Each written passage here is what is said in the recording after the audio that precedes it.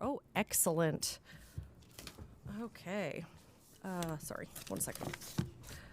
Hello, everybody. Today is Monday, June 29th, 2026. Happy Monday. At 6 p.m. we had, oh, hello. Are we working? Yes. You're good. Okay, cool. Thanks. Sorry, I'll stop talking so loudly. At 6 p.m. we had a council caucus, which is where we discuss leadership for the next year, as well as different committee assignments. So that was wildly exciting. 7 p.m. we are doing our normal call to order. First up on the agenda is the approval for minutes of the June 10th, 2026 meeting. I'll provide. Go ahead. Haley, no, I'll give you a motion. yeah, Is there a second? second. Any discussion on the motion? Call for a vote. All those in favor? Unanimous. Brenda.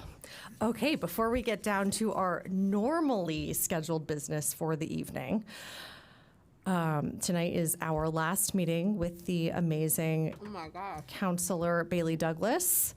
I first met Bailey in 2018 when we joined the Bicentennial Committee. We became fast friends.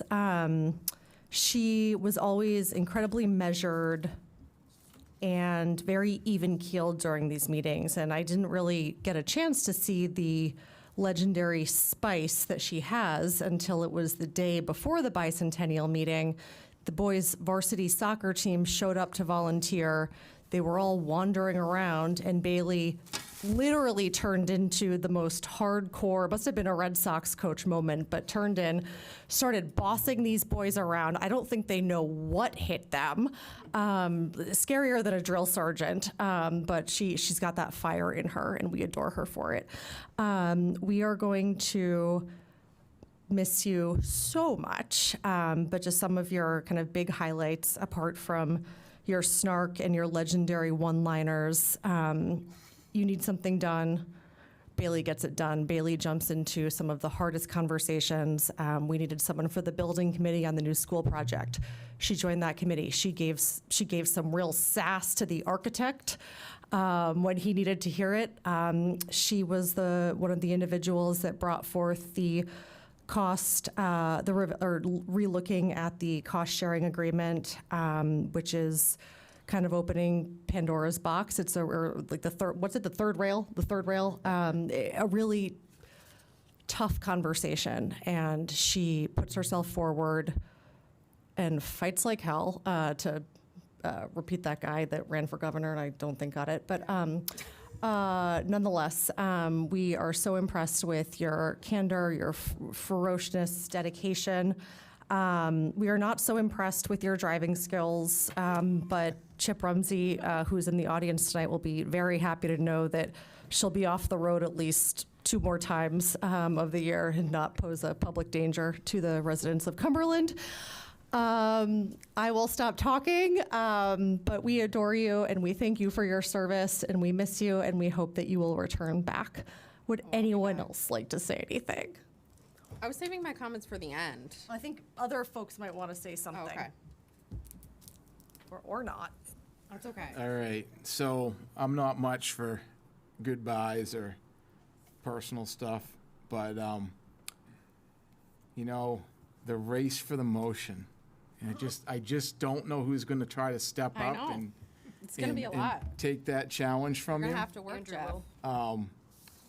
But, I really want to acknowledge all the hard work you did this year on the Finance Committee and getting our budget through in what I'd call record pace, because we had time to spare, but we didn't cut any corners. We did right on that and did a great job, and that was thanks to your leadership of that. So I wanted to acknowledge that.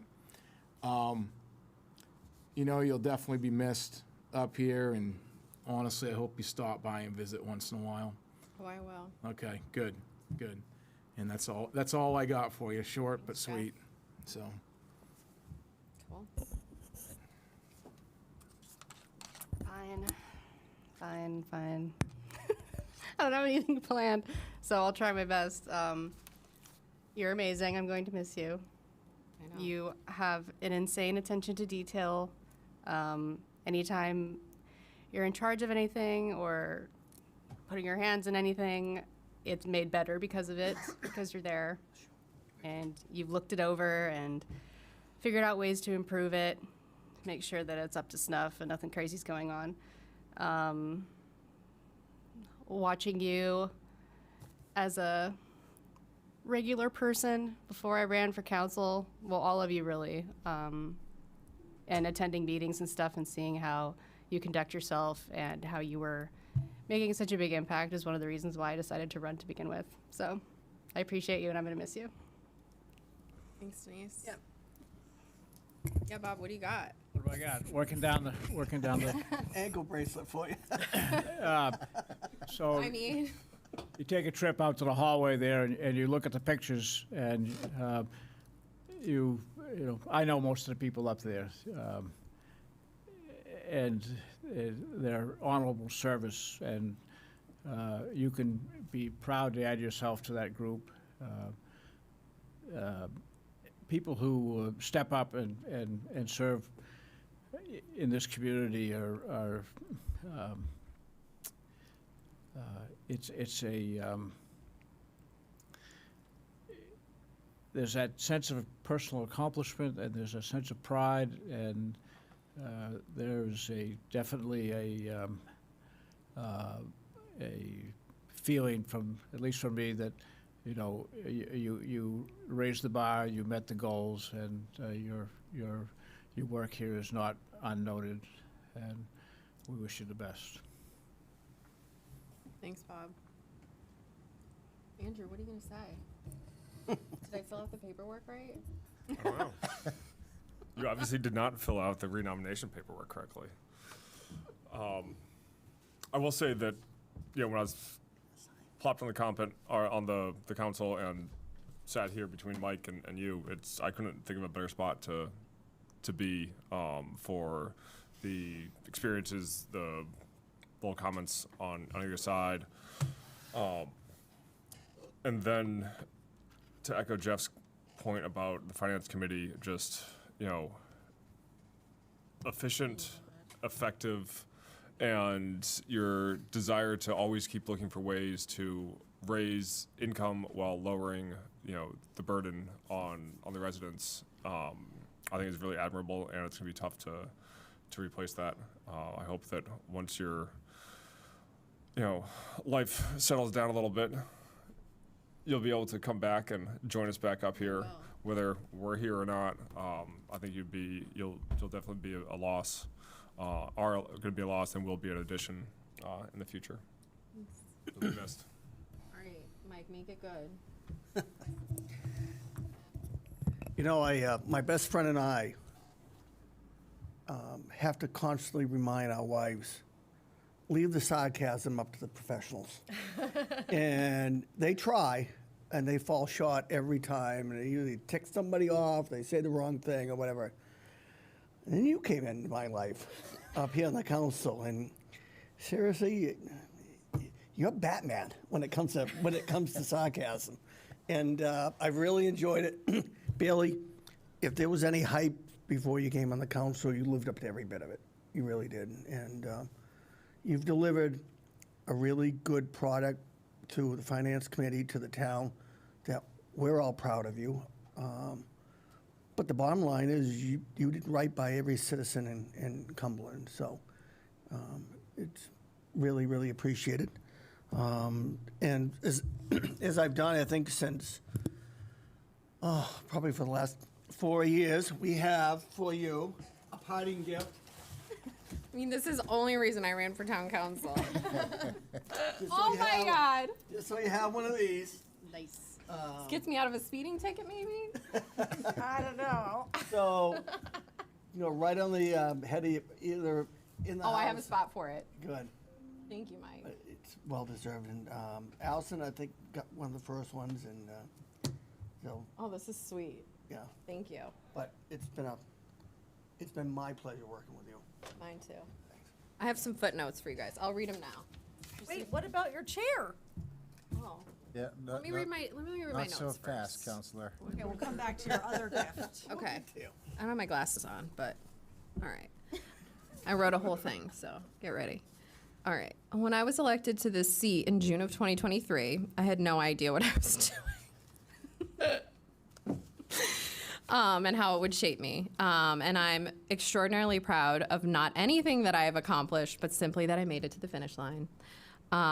It's truly been an honor to serve alongside all of you. I know that sounds corny, but I feel like each of you has shaped me in many different ways. And so I have some footnotes.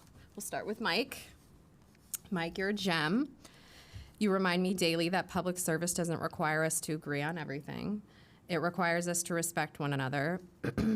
We could have a disagreement 1 minute and be talking about hunting the next. It's a quality I deeply admire about you, and Tig and I talk about it often. Hope to carry it with me in the future. Andrew, I pray for you that all forms are digital before the end of your term. The level of detail you pick up on is astonishing at times, and it's exactly what's needed to keep us in check. Your willingness to ask the hard questions, even when people want to move it along, is a constant reminder, and it's more important to do it right than do it quickly. Bob, Cumberland is lucky to have you. You have a remarkable way of mentoring and supporting all that's around you, and you never lose sight of what truly matters, and I hope you get somewhere with affordable housing. Denise, you have a gift, my friend. You have this incredible ability to stay true to yourself and your values while having the courage to say what needs to be said, even when it's not what everyone wants to hear. Sorry. Jeff, our unsung road warrior. I know way too much about roads and infrastructure that I ever thought possible. Coupled with your institutional knowledge and insights, you've been an amazing addition to the council. And Matt, my greatest work, even though I wasn't flagging my accomplishments, the peace of mind I feel knowing you're going to lead the community forward is hard to put into words. Your ability to listen, to teach, acknowledge different perspectives, all while remaining astonishingly positive, even during really challenging moments. Cumberland is much better because of you. And last but not least, Tiggy, what a ride. In all seriousness, the level of respect and gratitude I have for you as a person, as a counselor, and as a friend is unparalleled. Watching you navigate these waters from the sidelines has been truly inspiring. You have an incredible ability to bring people together and to create a sense of peace within the council that allows meaningful work to happen and productively. Through it all, you've remained level-headed, thoughtful, and grounded as a person, and most importantly, you've reminded all of us that public service can be fun. Your leadership has made a lasting impact to all that you encounter, and the greatest gift of my time here is being able to do this alongside you. Until next time. That's it. No, you have your chair. So, And I get a chair. you gotta see this. This is the best part. Oh my God, I want my chair. Can I go now? No. Oh my gosh. Are we gonna ship it home? No, I'm just kidding. Wow, thank you, Matt. You don't have to carry it over here.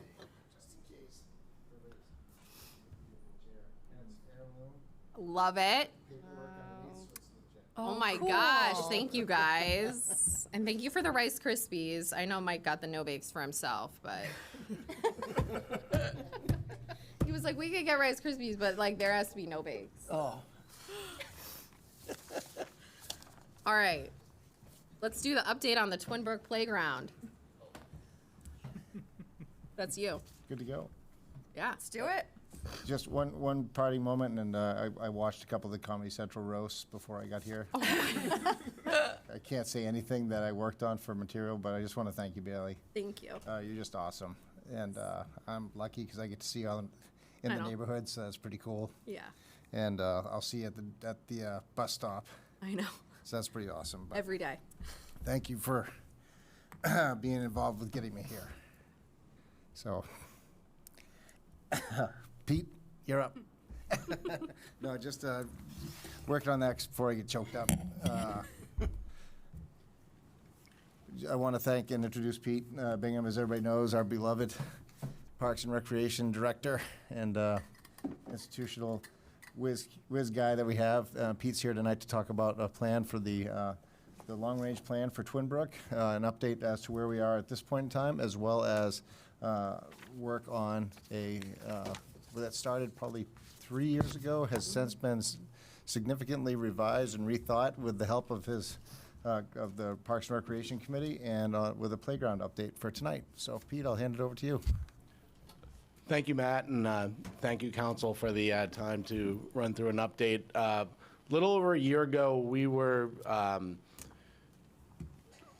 so Twin Brook, there's multiple facets to the facility, and it had been a very long time since there'd been a 30,000-foot view of rules, policies, uses. As I started writing them down, I'm like, there's a lot here. So we came up with a master plan project, which you had tasked us with back in April of 2025, which we jumped on, and we've been working on it and for over a year, and we're nearly complete. So we essentially broke it down into 4 silos. It's a good way for me to work. We could work on them simultaneously. However, it felt good to start checking boxes, some of the stuff that was most crucial, things that we needed to partner with attorneys and the school department on, and additionally with the LCC and our advisory board. So this is where we currently stand. Okay, come on, there we go. Whoop. So on the Greeley Road side of the facility, we lease, the school department leases a good chunk of the parcel from the town, and that lease was about 24 years old, and a lot of things in there needed to be updated, vetted by both the town and the school department attorney, and also just, all right, what makes sense? This thing was a document from scratch when the school department first proposed leasing it from us to build the middle school. Coupled with the fact that the only person that's signature on that document that was still here was retiring in June, Scott Pullen, the business manager. So we thought getting him on board to work through it along with our attorneys and staff, it was pretty important. So that was really the first thing that we tackled, and I'm happy to announce that that was passed by the school board this spring, so we have a new working document. Probably quite a bit of small tweaks in the language were made, but probably the biggest thing was that in the original agreement, it was supposed to renew every single year, and nobody can remember the last time it was ever voted on to renew. So we put it in 10-year renewal terms, retroactive to January 1st, 2026. So it can be revisited every 10 years. The other major issue with that whole agreement was nobody knew where the delineation map was. There was absolutely, it just did not exist. We didn't have it in our files, the superintendent did not. So we worked together with them, and we came up, if you look on the left, you can see, and this is the Greeley Road side, Tuttle Road's on the top right-hand, Greeley Road's on the top right-hand corner. So it kind of identifies what their lease area is. In some senses, it's not a huge deal because we maintain the entirety of the property, but there really needed to be lines just for any kind of future use. I'm gonna flip back real quick. The other side of it was getting permitting and approval to potentially add 2 more Little League fields to the complex, and that would be kind of a tri-partnership. You can look back here and you can see, again, this is Greeley Road. That's the existing softball, football, and baseball field. These 2 fields fit nicely in there. They passed all permitting, so we're good there. The town contribution would be running irrigation to it, and the school department, Little League, would be responsible for all other infrastructure along with the project. We would also lend some technical terms. So we're still working through that. Little League's meeting with the school board, I believe, in the next meeting or 2 to start that process. And additionally, and all this was done through CVM Mahar. And with adding 2 new fields, we needed additional parking. So, yeah, go ahead. these are Little League / softball. Yes, yeah, they'd be right? Little League / so They could be used for either. Yes. Right. I apologize. So the school's skin in the game is that they don't have a middle school softball field. They share, the boys have a baseball field on campus, the girls do not. Their old field currently has 8 classrooms sitting on top of it. So the idea is that one of these would be softball and one baseball, but this one could be converted to baseball with what they call a portable mound that kind of has wheels, and then you push a button and they pop down. They're becoming quite popular in the Little League sphere, so that it can be used. You can have a softball game on it at 3, a baseball game on it at 5, and then a softball game on it at 7. So this is another box that's been quasi-checked on our list. The last one on this side, we have not been able to, we're still working on the potable water. Right now, we have 2 wells there, but the arsenic levels are such that we can't use it for drinking water, and the well pumps don't have enough pressure to run our irrigation, so our city water runs off of, runs the irrigation, and we would need to put in a backflow preventer, but we'll work that through with the project. One of the other things we were tasked with was just pulling together a master map that there was multiple iterations of maps, and we worked with John Jensenius and some of the crew over on the LCC, and we have a more comprehensive one that just outlines Tuttle and Greeley, but this one just kind of gives you a good idea of where you can't do this with Google Earth because all the trails are buried in the trees. So doing this precisely was huge, and now these maps are everywhere on the park and the kiosks. We have maps on the trailheads. This is also on the shelter building, and we've just gotten a lot of positive feedback on getting this up and going. So that box is checked. Rules and policies. You received our updated rules and policies and procedures in your council packet. I believe you'll be taking action on it at your next council meeting. The final edition that you received was unanimously approved by the Parks and Rec Advisory Board at our May 13th meeting. And again, the last time that the Twin Brook rules, policies, and procedures were updated was 2011. So it was well past due time to revisit that document. There was things in there there's things that we had to put in that didn't even exist the last time it was rewritten. The landscape of youth sports has changed. The usage of it has changed to a degree. But it also put some protections in there that weren't things that you had to worry about 15 years ago. So I feel really good about that document that we presented to you. And it kind of closes a lot of loops that were open for interpretation. I mean, I'm sure there'll be, we kind of made a goal of revisiting that document every 5 years at least, or as needed, but at a minimum 5 years. Fascinating concept. The facility request application, we tied that in. That is a staff document. The fees kind of go up and down on what labor and materials cost. One of the things we found is our field paint has more than quadrupled since 2020. It costs us $750 every week that we do a football field. So we do 20 football field applications, and we're into some serious money for one field. Mind you, we line 15 fields. So some of that, we do that with a cost sharing with the school department, but for the private groups, we need to recruit that. And so that's been adjusted, and it also accounts for some of, we get more pressure for AAU groups from out of town, and we're really trying to preserve that facility for Cumberland residents, whether it's athletics or passive recreation. So this puts a little bit more of a controls in place, so somebody from out of town just can't rent it and have 16 soccer games on there on a Saturday and a Sunday that doesn't have Cumberland residents involved in it. Can I just ask one clarifying certainly. question really quickly? Yeah. So I know we have some additional fields. Was the existing lease, does the footprint replicate exactly what was historically there, or has that changed at all? So are we looking at this? Yeah.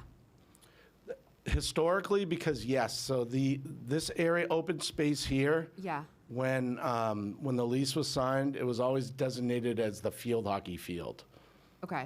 So it was always if you look at old maps,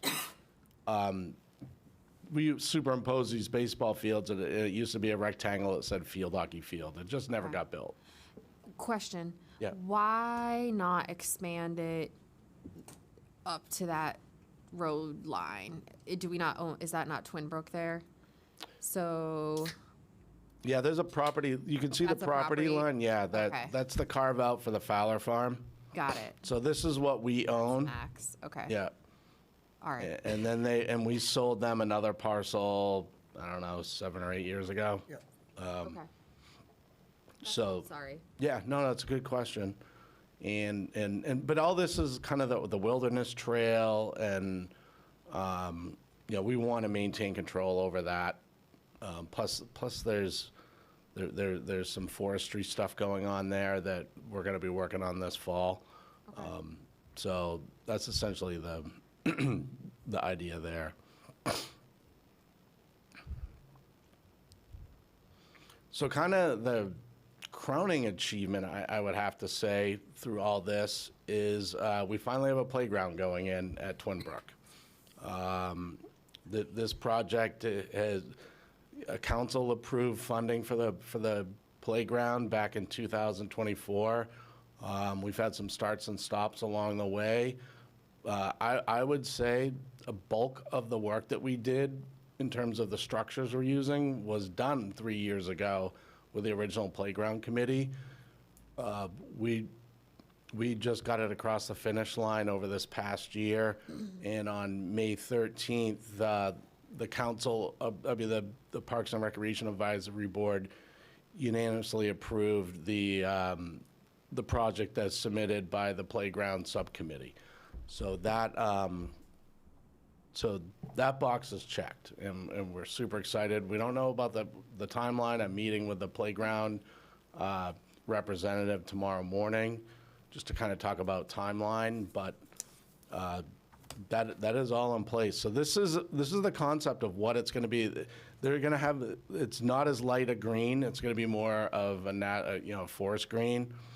The playground is about, square footage is about 2,900 square feet, and it's going to have a poured rubber surface, which has a ton of advantages. It's essentially maintenance free. It's far safer and predictable than your traditional wood chips. It also is the most ADA compliant. Our first box that we want to check on this project is that this playground is 100% ADA compliant.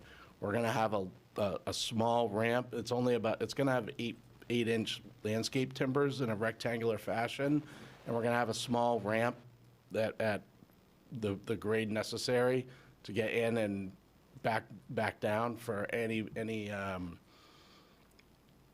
person that needs that. So super excited about this. The material will buy us probably 2 extra months a year on use of the playground, because the stuff actually kind of helps melt snow rather than help freeze it. So we won't have wood chip pollution all over the park, and because kids just pick this stuff up and chuck it, and next thing you know, it'll help with maintenance. So we're super excited about this aspect. And just kind of as a side note, we do have, our long-term plan is to look at drainage for the 2 backfields, pave the entrance into the park to reduce. Right now, surprisingly, the dust that gets kicked up there is unhealthy. Like when I'm working an event there, it's the last day I can wear a pair of contacts. Those things go in the trash after that. They all hold them up in a light, and they look like, they just are sliced up, and it seems to be getting worse. So we've tried different things. We've sprayed calcium chloride, but then it starts rusting things out. So in the next 2 to 3 years, we'll be looking at kind of an incremental potentially with raised speed tables and that stuff, and then just minor storage for back. So this is another shot of the playground. It's got multiple, it's basically set up to be from age 2 to 12. It's going to serve two purposes. But I don't know if you've driven by Tuttletown in the last week, but it's completely closed off for the next 2.5 months, and you can't access that playground during the school day. It is locked down quite literally. So the idea here is that you've got another place, if you have a non-school age kid, that you can, the grandmother can bring their grandchild there or a parent and then also during athletic events, this gives them an opportunity to have this younger sibling can do something right. I mean, this will be about 40 yards away from our two primary playing fields, so they'll be right there. And this was the impetus for the West Cumberland playground when we did it, and it's been an absolute home run. Parents love it. One's playing football or baseball, and the other one's on that playground. So kind of replicating that idea here. And this playground is expandable in the future. That's why we're doing rectangles, so that you could just do a simple add-on instead of having these wavy things. So I think it's going to be a great addition to the facility. Hey, Pete. Yes. Has there been any discussion, or maybe it's just not in this rendering, but maybe like some bench seating for caregivers? Especially, you mentioned grandparents, sorry, I am a mother and I like to sit, and it might be nice for some folks to have a place to sit while they're watching said naughty children. Is that something that we could consider? Yeah, I mean, we do plan on having a couple of picnic tables right out of the get-go. Okay. And my suspicion is that we get multiple requests for bench dedications Just gonna say, Pete, there. I'll buy a bench. So that's the next one or two, I would hope.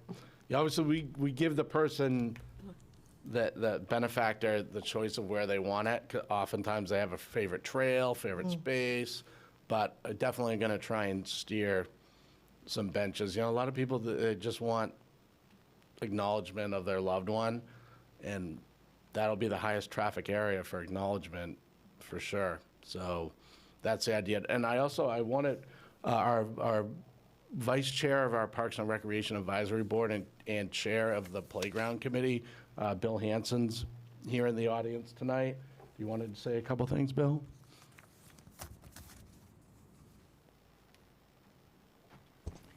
Good evening. It's great to be here. Thank you all for all the work that you do. I am a, I think, 54-year resident of town of Cumberland, and just the forethought that you've put into this town is amazing. The fact that we have this recreation facility, if you look at other towns, I mean, it's awesome. So that's a lot of great planning and thinking that went ahead to make that happen. So thank you. It's a great town to live in. So I'd like to thank Pete and the committee, because there's a lot of hard work that went into this. And I think if you look at the playground, we were trying to strike a balance. You're not seeing a lot of flashy colors, trying to make something that kind of fits into the landscape. It's not a destination playground. We're not trying to compete with the school playgrounds. It's a playground that kind of fits the site to be able to provide that element that you really need to have in that space, the element for those parents who have the non-school age children, the parents who have children who are watching siblings playing. This is another element that they can really enjoy when they're there.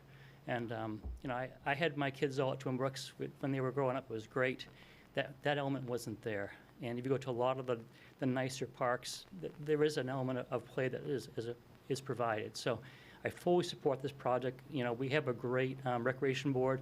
We did look at all interests as far as the various groups that were looking at this. Again, I know that the plan was to make something that would really kind of blend in and look like it belonged from day one, much like the shelter building does.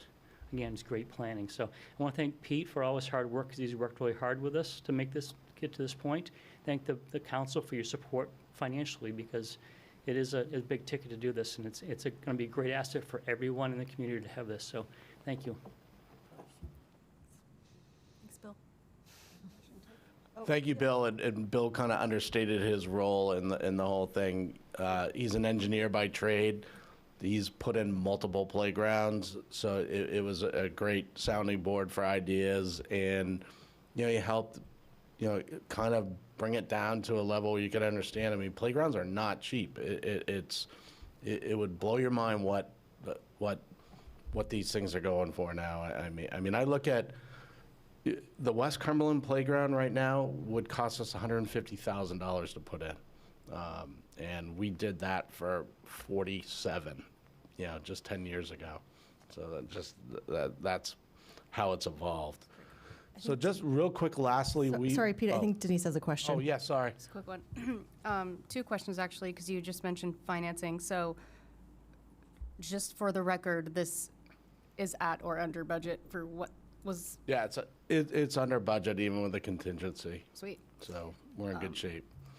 Second, and it may be somewhere else, and I'm just not seeing it while skimming. Looking at the policy, particularly for dogs, I see in the draft here, like, dogs are not allowed on any athletic fields. Is there a spot elsewhere that also specifies they are not allowed on playgrounds? Because I think that might be, I don't know, hopefully a given, that we don't want dogs jumping all over kids while they're trying to play on the playground. But I don't know if it's somewhere else, or if that's something that maybe we can talk about a little more at another time before we finalize the policies. That certainly came up, and it's a little tricky because the playground abuts a lot of open space. So, and we acknowledge that there might be some bad actors, but we kind of wanted to see what it looked like, because again, people walk their dogs all around that area, or during games they bring their dogs, so they could be within close proximity to it.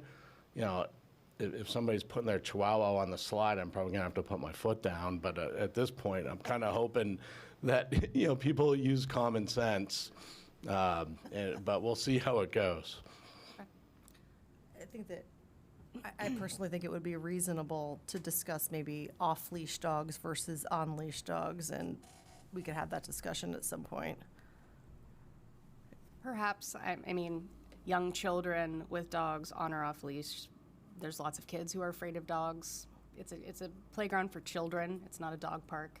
So, I mean, I have feelings about it, but that's why there was a whole board talking it out. But I'm sure there will be public comments for sure when it comes up.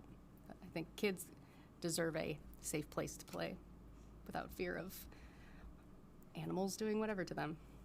But I would also like to have that conversation. Same. sorry to derail the So conversation. does Bailey, but she's not I'll be gonna gone. here, but maybe she'll come for public comment Someone on who's it. attacked walking to my mailbox, I get it. By an off-leash dog. By an off-leash dog while I was pregnant with twins. Drama. So the last component of this project is some commonality with the Lands and Conservation Commission. We hope to kind of really get that knocked out of the park in the fall, early winter. We're really close on most things. We actually, I tried to pull it up today, but we've kind of have what we call a mow, no mow recommendation zone that identifies the areas that we would not mow on a regular basis. That's ready for prime time. But I want to tie that all in with a few other things, our forestry management, trail standards. Just there's a few things there that we're just not quite ready, but we certainly will. And that's just the two groups working together. And I'd say Bridget and I have been working with them, and we're really close. But for tonight's purposes, we really want to kind of highlight the heavy lift that we've done so far, and that this is probably, I don't want to say the easiest part, but this is a collaboration and working together, and it's really not outside groups. So I expect this quite sooner rather than later. So are there any other questions regarding project on any capacity? Not a question, just a comment that this is really excellent that you all have tackled this, especially since it went without maintenance for so long. So appreciate all your hard work. Thank you very It's much. excellent. Agreed, Denise. Okay, I guess lastly, I would like to thank Bailey for her service to the community. God, Pete. Yeah, I don't have I have a table for your chair, but I've left it in the. Just kidding.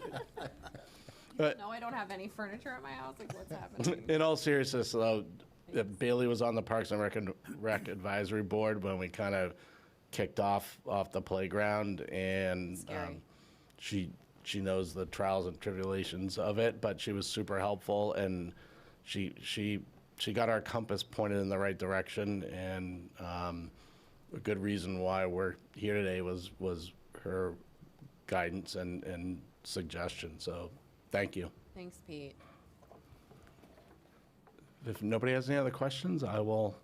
Bob does.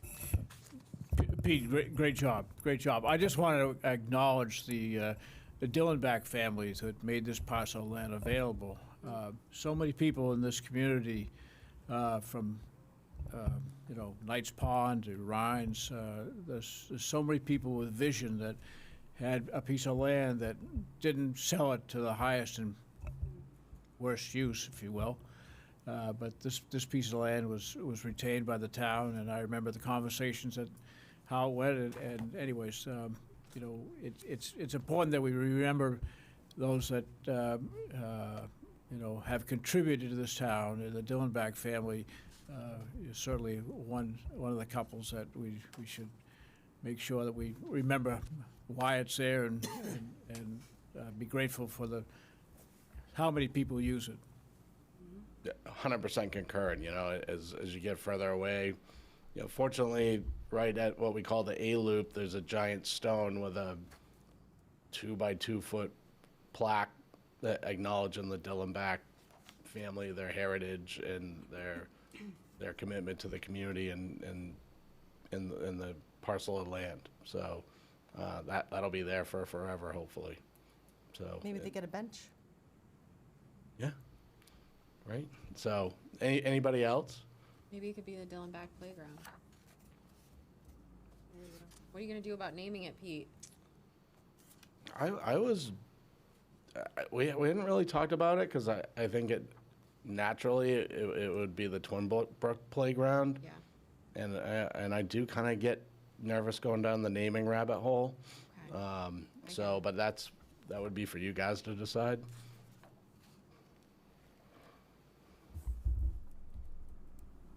Maybe the Bob Vale Playground. Yeah, right. No food trucks. Only if he helps put it in. Bob Vale I'll Food build a Truck bench. Park. If you want to buy a bench, I'll build the bench. All right. I'll help you. That'd be a fun project. Bob did the original Tuttletown in the 80s. Thank you so much, Pete. Any other questions? If not, we'll move on because we've got a robust agenda and a solid group of folks who came out tonight. So, okay, cool beans. Thank you, sir. Mr. Manager, is there anything else you wanted to add? 3 quick items, Madam Chair. Get in there. 4th of July is upcoming. It is coming up on this Saturday, and just an advice that we will have some, the brush dump will be closed on Saturday, and I believe the library will also be closed. And also, fireworks are able to be used between 4 p.m. and midnight on the 4th of July. That's per ordinance from a lot of work that the ordinance committee did over the past couple of years. So that's, I think this is the second and fourth that it's come around to that. The comprehensive plan, the draft, is now on the website, and there will be a public hearing scheduled on that for July 30th. So that's available. So folks would like to take a look at that. A lot of hard work by our comprehensive planning committee. So that's there for review. And then also on our website, there is the comment section and question section regarding the Route 100 roundabout is now through our website. So if people want to weigh in on that and take a look at it, we'll have that information there and available. So, but that's going to be open, I think, for the next until July 15th. So that's roughly 2 weeks. So if folks would like to weigh in regarding the roundabout project, then that is right there. And that's all I have, Madam Chair. Did we want to touch on the cooling centers or? Oh, yes, sorry, thank you. Yeah, more importantly, Wednesday, Thursday, Friday, we will have, we're gonna have the council chambers available for cooling centers. It's gonna be hot. And so if folks would like to find relief, that'll be available. Obviously, the other thought is, on the Wednesday, Thursday, and Friday, our library is open. And so it's an opportunity to see what we have to offer at the library and enjoy the AC that we have there as well while you get to see the great resources that are available at the Prince Memorial Library. Great. I'll bring the karaoke machine. Okay, thank you so much. All right, next up is public discussion. Public discussion is for comments on items that are not on the agenda. Comments are limited to 5 minutes per person. Rebuttal comments will be limited to 2 minutes. Public discussion topics may be brought up again under new business for further council discussion. Is there anyone here that would like to come up and chat? Come on up. Good evening, Shirley Story King, Cumberland, Shirley Lane, Cumberland. I also, Bob mentioned the Dylan Bags, who I knew, but I also want to acknowledge Greg and Kay Fowler. Almost half that property was made acquirable by the Fowler family, and so I wanted to make sure that everyone knows that. The Greeley Roadside was purchased at a reduced cost, just like the Dillon backside was purchased at a reduced cost by the Fowlers. And I'm grateful, just as Bob is grateful for their considerations. Bailey, congratulations. I know I'm using up some of, what I have is really not even close to 5 minutes, but I enjoyed as well serving on the council with you. And what I appreciated the most was your no-nonsense approach. So you served for a while on ordinance, and you were amazing at cutting to the chase. What needs to be changed? Why do we need to change it? How are we going to change it? And when's it going to happen? But I think the moment that stands out the most for me was when we were all negotiating or discussing who should be our next town manager. And we all knew that we wanted it to be Matt. It was like this great big elephant in the room, but people were, well, we don't want to commit, or, edgy kind of, and you just named it. You have an innate ability to name the elephant in the room, and I appreciate that quality. So enjoy your children, enjoy your books on tape, commuting back and forth to Boston. I want to tell you that your chair does not have wheels, so you might have to sit still a little bit. No. That won't be a bad thing. Okay, I'm here tonight because I volunteered to head up the petition drive to collect signatures to ask the school board to revisit the cost-sharing agreement. And a couple of points of clarification. This is not a petition to put this to referendum. This petition goes directly to the school board with the required number of signatures, and they have to, by law, hold at least one meeting to start that discussion. It may start and end, but they have to have it. I appreciate your support in moving that forward. We started the petition drive, or I started with a couple of other people on election day, and I'm happy to report I have almost half of the required signatures. And I haven't done a big push, or we haven't done a big push, because I wanted to come here tonight and sort of apprise you of where we're at, and give you all a petition with some key talking points for you to pass around to your friends and neighbors. And if you need another one, I can send you an electronic one, or there are sort of guidelines. You have to witness the signatures, and when you're all done, if you wanted to just fill out your name and the back and then bring it into Jen Doughton, and she will certify it, and you can leave it with her if you'd like, and she'll certify the signatures. And she doesn't ordinarily do this, but she will hold on to the petition pages when they get turned in. Okay? Any questions? Yes. We are able to gather signatures from both towns, correct? Because they We belong to are, both but districts. if you are gathering from North Yarmouth, you need a separate sheet that says North Yarmouth at the top. So municipalities, Cumberland. We do not have to have a single signature from North Yarmouth to move this forward. We have to have the number of signatures that would cover North Yarmouth signatures. I've felt a little torn about it. The last 3 school budget votes were voted down by the citizens of North Yarmouth. And I'm trying to be respectful of that for them. So we're not pushing this. It has a little bit of a rub in the face kind of feeling to it, even though it's absolutely not if you know the history. But just the feedback I've gotten from some of the older residents in North Yarmouth, I'm hesitant to go down that path.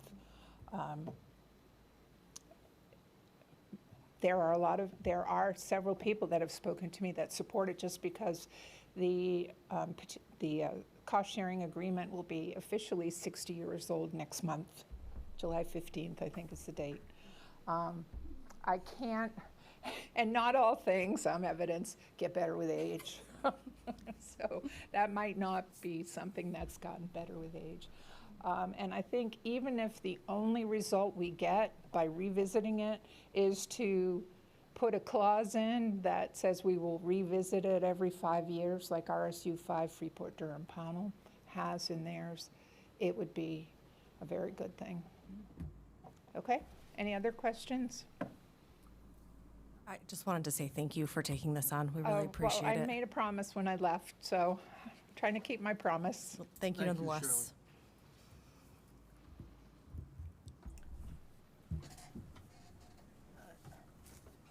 Would anyone else like to come up for as part of public comment? All right, we will close public discussion and move into legislation and policy. Also, so as part of legislation and policy, there is the opportunity for public comment per Article 2, Section 7 of the Town Charter. There will be an opportunity for public comment on each item on the agenda. Comments are limited to 5 minutes per person. 26-059 to hold a public hearing to consider and act on a liquor license renewal for First Track Investments LLC for the period of July 24th, 2026 to July 25th, 2027. This is for do we call it a beer tent? It's not really a tent at the Cumberland Fair, but Yeah, it's the adult beverage segment of the fairgrounds. the adult beverage section. I will mention in this that Chief Small, Chief Rumsey, and Code Enforcement Officer Bill Longley have no concerns. And if you don't believe me, you can ask them because 2 out of the 3 of them are here tonight. But is there anything else, Mr. Manager, this before we go into our public hearing that you'd like to flag? No, Madam Chair. Yeah, staff has reviewed this. There are no concerns that they have, and they've been a good operator, and we're happy to bring this forward this evening. Before we get into council discussion and Councilor Magoon's inevitable comments on their application, is there anyone, as this is a public hearing, that would like to comment on this? Okay, we will close the public hearing and move into council discussion. Any comments? Everything looks good to me. I'm ready to give you a motion so we can move forward. Look at Jeff, just sliding right in. Like it never even existed. That's not good. I have a question. Looks like what is this? Never mind. Hang on a second. What am I looking at? I was going to say, it looks like something expired yesterday, but perhaps that's why we're renewing it. I'm just making sure it's not this that's expired. It's something maybe relevant. Just forget why I said anything while I figure myself out. It's okay, we like you. Any other comments? Otherwise, Andrew? No? Okay, great. Take a motion if there is one. All right. I move to approve the liquor license renewal for First Tracks Investments LLC for the period of July 24th, 2026 to July 25th, 2027. I'll give you a second. Any discussion on the motion? All those in favor? Unanimous, Brenda. Okay, great. All right, 26-060 to proclaim the last Friday in April as Arbor Day in the town of Cumberland.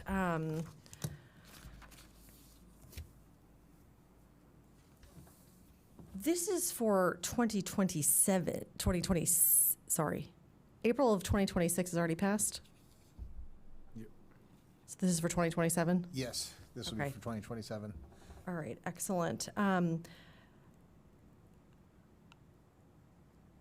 Anything, I'd be happy to read the proclamation if anyone wants to hear that, but we were very happy to sign this last year. This makes me feel pretty good personally. I think, did we have some, did Mr. Maloney donate some trees? Yes, Mr. Maloney, I think I talked about this last meeting as well. Mr. Maloney donated 25 hackberry trees to the town. That's a species that has been identified as a replacement species for the elms and the ash trees that have been impacted by the emerald ash borer and other pests that have been invasive. And this is one of the replacements. He donated that to the town, and the LCC and Jesse Lamar Vincent specifically grabbed a lot of those, and he's replanted to try to get them to hopefully take root and be ready for as part of the replacement program as they get mature. And then this item here is an item that should be on the agenda on an annual basis. We had a quick question is, well, once you establish it, wouldn't that be going forward? But finer reading of the letter indicated that you need to do it on an annual basis, and that's why we brought it forward for the council agenda this evening as well. Got it.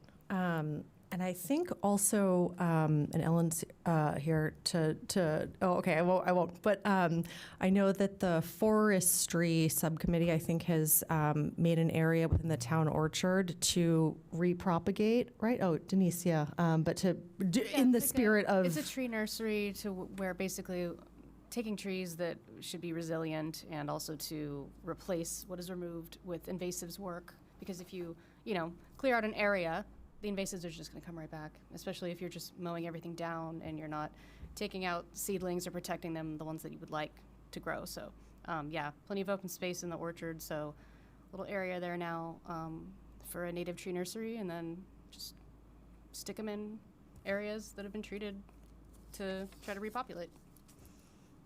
I think this is really cool and very exciting and not just perfunctory, and we are all putting the effort in, which makes you feel really good about it. That's just me. Read the proclamation. Do you want me to read it? I'd be happy to read it. Okay.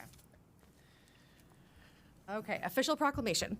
Whereas in 1872, the Nebraska Board of Agriculture established a special day be set aside for the planting of trees, and whereas this holiday called Arbor Day was first observed with the planting of more than 1 million trees in Nebraska, and whereas Arbor Day is now observed throughout the nation and the world, and whereas trees can be a solution to combating climate change by reducing the erosion of our precious topsoil by wind and water, cutting heating and cooling costs, moderating the temperature, cleaning the air, producing life-giving oxygen, and producing a habitat for wildlife. And whereas trees are a renewable resource giving us paper, wood for our homes, fuel for our fires, and countless other wood projects. And whereas trees in our city increase property values, enhance the economic vitality of business areas, and beautify our community.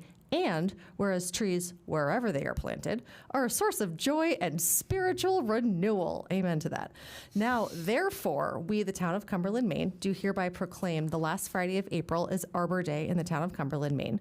We urge all citizens to celebrate the Arbor Day and to support efforts to protect our trees and woodlands. And further, we urge all citizens to plant trees to gladden the heart and promote the well-being of future generations. Dated this 29th day of June, 2026, town of Cumberland, Maine. I can definitely get behind gladdening the hearts of people with trees. As long as it's not Norway maple. Ooh, yeah. That too. Don't do that one. If there's no other discussion, I'd take a motion. I mean, Bob is going to be angry because I'm prolonging this, but just to like clarify the point of us doing this, we are proclaiming Arbor Day, but that's part of the requirement for us to be considered a tree city as part of Tree City USA. And so we met those criteria. So it's maintain a tree board or a department. We have the forestry, part of the LCC that manages our forests. We have a tree care ordinance, which dictates planting, maintenance, and removal of trees on city property. We invest in our own forestry program, and we have to observe Arbor Day officially as a town, proclaim it, and also have a public Arbor Day celebration or tree planting event, which takes place at the orchard already. So now we can keep being Tree City USA municipality. Yay. Yeah. Put our money where our We mouth did is, it. right? Indeed. And it gladdens the hearts of people. Yes. Great term. Love it. I'll give you a motion. Yeah, you will. I move to proclaim. I move to proclaim the last Friday in April as Arbor Day in the town of Cumberland. Second. Yes, Bob. All those in favor? Unanimous, Brenda. Excellent. Okie dokie. Oh boy. Okay, now for the big guns. 26-061 to authorize the town manager to execute an agreement with Radio Communication Management, RCM, to purchase public safety radio equipment and build, test, and install the system. Mr. Manager, are you going to tee this up, or would you like to bring the other?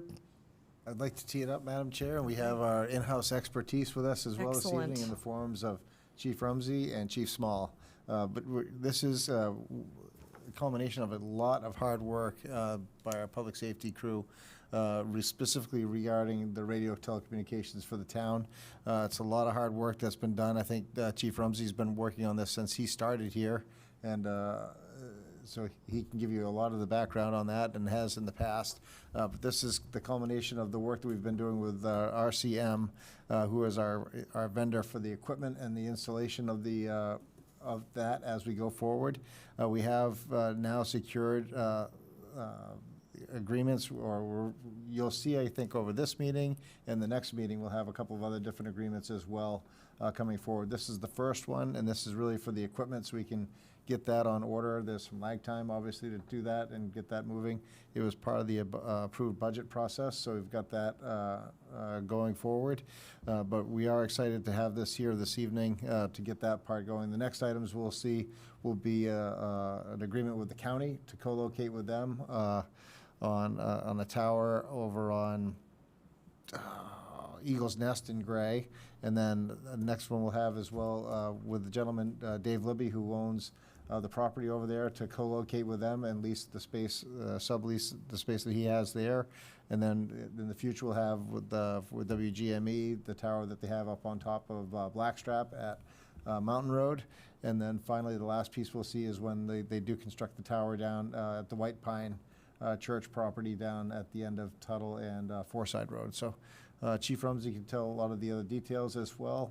And we did bring, this is primarily the bulk of your packet as far as the documents that we submitted. So that's, please forgive us for that, but we didn't want to, we did go back and forth. Do we want to put that all in there? We thought it'd be best that the council could at least see what that all was there for. So Chief, I'll turn it over to you, and you can fill in the blanks that I've definitely left out there. Sure thing. Thank you, Mr. Manager. Thank you, councilors. I was hoping when the manager brought me up, he was going to refer to me as the beloved police chief, because I know that's how we introduced Pete. So I know I still have some work to do, but I'm committed to. I mean, we introduced the town attorney as ravishing, so To be aspiring we'll get you a nickname if you want one. Chief, you may have just opened Pandora's box, my Oh, friend. no. Forget I said anything. No, thank you for having me. And I think that we've all discussed this radio system on a number of occasions, so I don't want to belabor the point, but I will just mention that this is a very exciting night for myself and for Chief Small, because I really feel like providing that you vote in the affirmative to authorize the manager to sign this contract, it's going to be the biggest step we've taken to finishing this project, which has been going on for a few years. And so we believe we've done our due diligence. We believe we've got a plan in place that is going to drastically improve radio communications for our first responders. And I'm happy to answer any questions that you might have about it, but as Matt mentioned, this is step one.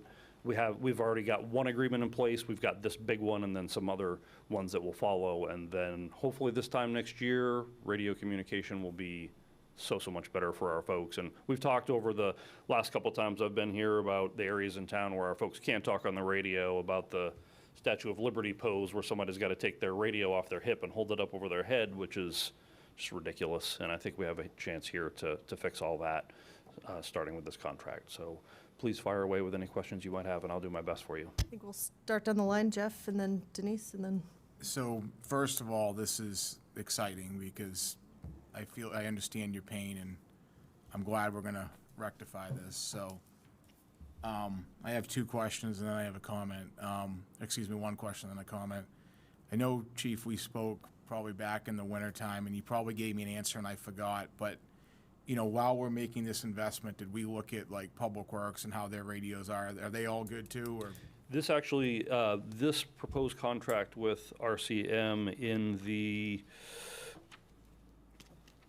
page that has all the proposed costs, which I'm going back to find, page number 14, it is carrying a couple of budget lines that will help us improve radio communications for Department of Public Works. So I believe it is to put them up on the fire department's tower structure when we get that constructed, but the banding of their radios is different than ours, and so with adding them to one of these 4 sites we're building, we'll be able to greatly increase the quality of their radio communications also for small money. Yeah, perfect. And then my comment, and I hate to be this person, but I did read through this packet and noticed it looks like it includes a generator on page 86, and me being kind of a nerd, I started to research the generator and found out that it's basically a homeowner-style generator that equates to about $7,000 if I was to go buy it myself today. And when I look at page 142, and I understand everyone's got to make money, but this generator went to $39,000, and then we got $4,500 for a fuel tank, $5,200 for generator and transfer switch installation labor, and then $1,500 for tank setup. And I don't know everything about generators, but I know a few things. And for $39,000, you can get a liquid-cooled industrial generator. So I get RCM's got to make some money, but I'm just wondering if we should take I fully support the project, but I wonder if we should maybe look at doing the generator outside of RCM and see if we can get maybe an industrial version generator instead of something that I could use at my home. So. Thank you, Counselor. If I could speak to that? Sure. I don't have the document that you're referencing, but the Exhibit A on page 14 of the proposed contract, what it does show is that we may need 1 or 2 generators at some of the sites, but we're not carrying a budgetary item for that right now because we have discussed whether we would put them in ourselves or have RCM put them in. So that may have been a cost estimate that came through at some point during the project. I don't have that in front of me. But as of now, this figure for the total contract that we're asking you to authorize the manager to sign tonight for just a little over $1 million, I think that's not carrying an amount for generators. I'm on page 103 from RCM or page 142 in the Oh, I packet. got you. So my apologies there That's if I fine. got you confused. But That's fine. Yeah. And if I could also mention, because Matt told me that you had a question about that, I did speak with Norm Boucher from Communications Design Consulting Group, our radio engineer, and he let me know that generally speaking, for the type of generator we would want to use for one of our sites if we need to, we believe that at the Eagles Nest site, we're going to co-locate in Dave Libby or Litchfield Communications building, which has a generator that we would be tied into. We believe at the WGME site, there's a generator there we'll be able to tie into. Certainly at the fire department, there's a generator there we'll be able to tie into. we are very likely to need one at the White Pine site. Yep.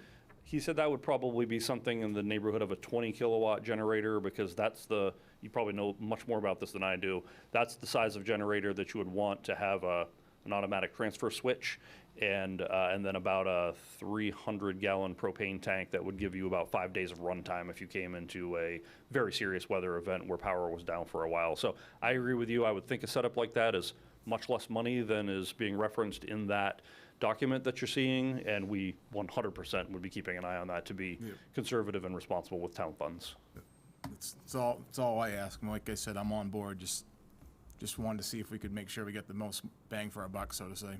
Absolutely will do. My question is about I suppose this is page 3. Just the price breakout, project total, and then with the warranty, which looks like it's capping out at year 5. Is there an extension past that? Is that when you start looking at swapping out equipment? I don't want to get too far ahead of us, but I'm thinking like useful life, and then when again will we need to come back and talk about replacing, if we have that info? What I can tell you is that the warranty that's offered there is not actually included in the sum that the manager is going to sign the contract for. We have accepted that information from them and told them that we are likely to work with them on the warranty on a year-by-year basis. Okay. Following that 5th year, we will certainly be able to pay them for warranty, continued warranty if we want to. And we do need to work, and I'm very hopeful that we, as a town, work on a capital replacement plan for the system once we get into place. Figure out if it's a 20 or 30 or 40-year system and start planning to replace it at that point in time, because I think not having a capital replacement plan is part of why we're in the situation that we're in right now. That's fair. Cool. Thank you. Thank you. No, Andrew has a question, but we're just going down the line. So Going right down the line. Anytime I see a highly technical presentation You bow out. that I know nothing about, I always think to myself, why isn't there peer review? Did we have more than one bid? ICM seems to be the only game in town that I'm aware of, but, so we probably didn't have another bid. But in the future, you know, I think when we have a request for a piece of technical equipment or a technical analysis, it might be helpful us if we bring somebody in who can speak to this in layman's terms and say, this is what you're getting, and this is why it's cost so much.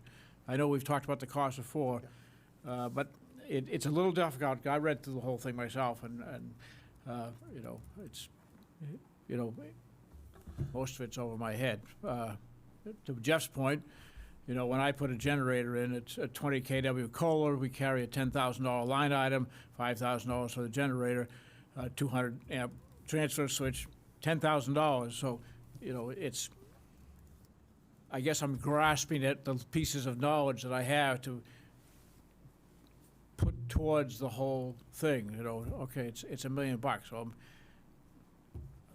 I'm uncomfortable not having a valid or a good understanding of that $1 million. Not that I'm not getting good value for my dollar.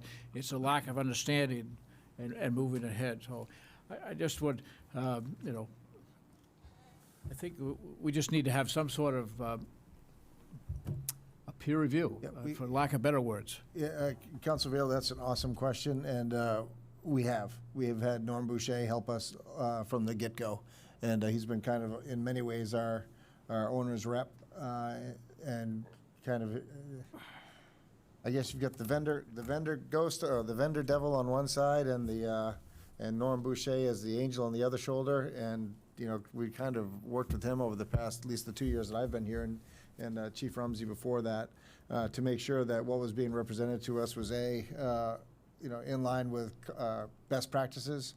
Is going to meet, and he double checks all of the coverage maps to make sure that what's being represented is going to work as to what the vendor says is going to work.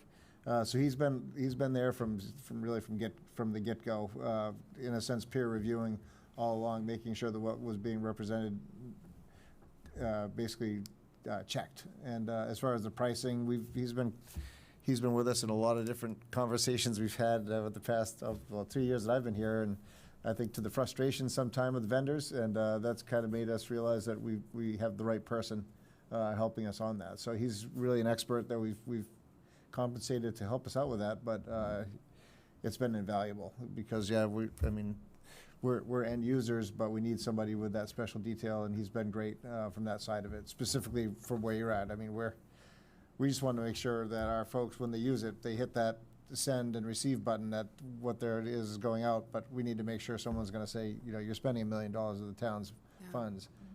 You are getting a fair deal for your dollar. So that's been invaluable in this process. And if I can just elaborate to Matt's point, I'm the same as you. I'm not a technical person. Norm actually was telling me today, hey, when you're done with this project and all the twists and turns it's had, you could be a consultant on radio projects. I said, except I know nothing about radios and nothing about towers, and you tell me something technical, and I run up the stairs to tell Matt, and I forget half of it on the way up. And we sometimes have to jump on Zoom calls so we can all listen to it at the same time and gather the information. But Norm has been invaluable to us in exactly the way that Matt has explained, and on a number of occasions we've used his knowledge on the myriad of different radio projects he's done in Maine, New Hampshire, and other New England states to use as a sounding board about the price that we're being quoted. Is that reasonable? The annual escalator that they're telling us they want us to pay, is that what you're seeing as an industry standard right now? And he has just been in the game for so long and has done so many of these projects that he's been able to steer us well and help us negotiate with some of these, some of the aspects of these programs. So I agree with you on not being a technical person. I'm right there. And I agree with you on needing to have somebody outside of the vendor and end user conversation to give us some guidance. I believe he's done an excellent job at that for us. And just for the folks at home that might not know Norm Boucher personally, I don't know Norm. Who is Norm?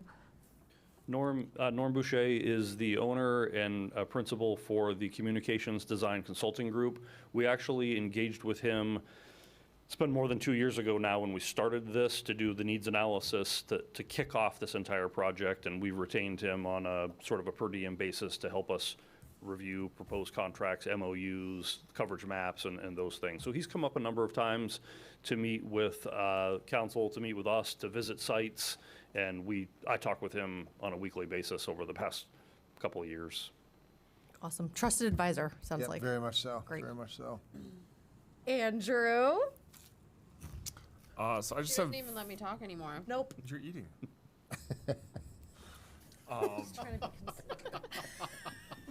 So 2 questions. I know that the attorneys have looked over this, so they know more about this than I do. But Section 7 is about site access and all. How are we going to ensure that RCM has access to the sites that are private, that we don't own, that also aren't necessarily in our town? We would have that access written into the agreements that we have with those sites. And it's super standard because of the commonality of co-location of public safety radio equipment with cell phone towers. As an example, Litchfield Communications, or Dave Libby, who's the owner of a structure up at Eagles Nest where we are likely to co-locate some equipment with the county, he does a ton of business with other municipalities. So the county, who also uses RCM as their vendor, they're in and out of there all the time. They have security codes and keys to get into the facility to do what they need to do. The great thing about these new systems is that companies like RCM are able to troubleshoot about 95% of problems that happen with radios from their desks at their office, because it's all internet connected now, where nowadays they need to leave what they're doing, drive up here, go to the FAA site where we have a bunch of our radio equipment now, work to get access to the FAA site to get hands-on with that equipment. They don't really need to do that most of the time anymore, but we will absolutely have the ability for them to have site access written into all of our contracts with the owners of these private pieces of property. So we fulfill this section via other agreements with the different sites then? Right. Okay. And then the next one, and I know that I'm pretty sure I asked this the last time you were here. I'm pretty sure you answered it, and I know I've forgotten. we put this in, it works great. It's being radio, it doesn't just work within the boundaries of Cumberland, you know, it's going to spill out into the surrounding towns. So when North Yarmouth, or when Yarmouth gets called, or North Yarmouth or Falmouth to roll on whatever, will this help them with the same radio issues that we have, or are they on a different band, so it won't help them? Yeah, it won't help them at all, unfortunately. It's going to be strictly for our radio frequencies for police, fire, and public works. And the reason we have to have these particular radio sites at the locations that we're going to be going up on is because of the terrain of Cumberland. So it will certainly help them hear us better, because now when we're talking to our dispatch or to each other, we frequently can't hear each other, or dispatch can't hear us. So they'll be able to hear us better just by the fact that we're much more clear, but it won't help their own radios. So, like, I'm off 88, and the one that's going on Tuttle and Fortside would, in theory, should really improve the communication there. But if there's a fire, I think, you know, Falmouth might be the ones that roll first because they're closer to us. They would still have the same communication issues until Cumberland arrives and then it has a radio that works. Just the topography of it, like, we haven't fixed that issue with, you know, Right. Falmouth getting it, or Yarmouth coming in from, you know, further up 88. Yeah, they may experience some dead spots when they come into our town, unless they have their own radio infrastructure at a place that's advantageous to them, that causes them to have better coverage. If that happens, we would have them switch over to our frequency, and I don't want to speak for Chief Small, but that's what we do in the police world anyway. If I have to go to Wyndham to assist the PD there with a critical incident, we're going to switch over to their frequency, or we're all going to join a common frequency. The county has some county-wide frequencies that we can use. So we would solve that by just jumping on a different frequency. We all have each other's frequencies programmed into our radios so that we can do that. Did you want to mention anything about that, Chief? Just want to firm up on the fire side. Sure. So by all means, what the chief's saying is anytime a Falmouth or a Yarmouth come here, they are switching to our frequency. So right now, they're still getting the problems that we would get, but that way, when we switch over to another on-scene frequency, et cetera, it's here in town. But yes, in your area of the communities, Yarmouth, Falmouth, and even if North Yarmouth's coming, they come here. If we go to one of those towns, we're switching to there. So it's the host community. And So they just need to turn the dial, and then it's a set. simple turn Alright, button, great. absolutely. Mike, did you have anything you wanted to say? Nothing. All right, well, I wanted to save the best for last, so Bailey, anything? No, I'm okay. No. All right, Jeff. I got another one. I lied when I said I was only gonna have one. What's the I mean, I know you're gonna put in like infrastructure, and there's gonna be some components that are gonna last a long time. There's gonna be others that may need to be replaced in 5 to 10 years.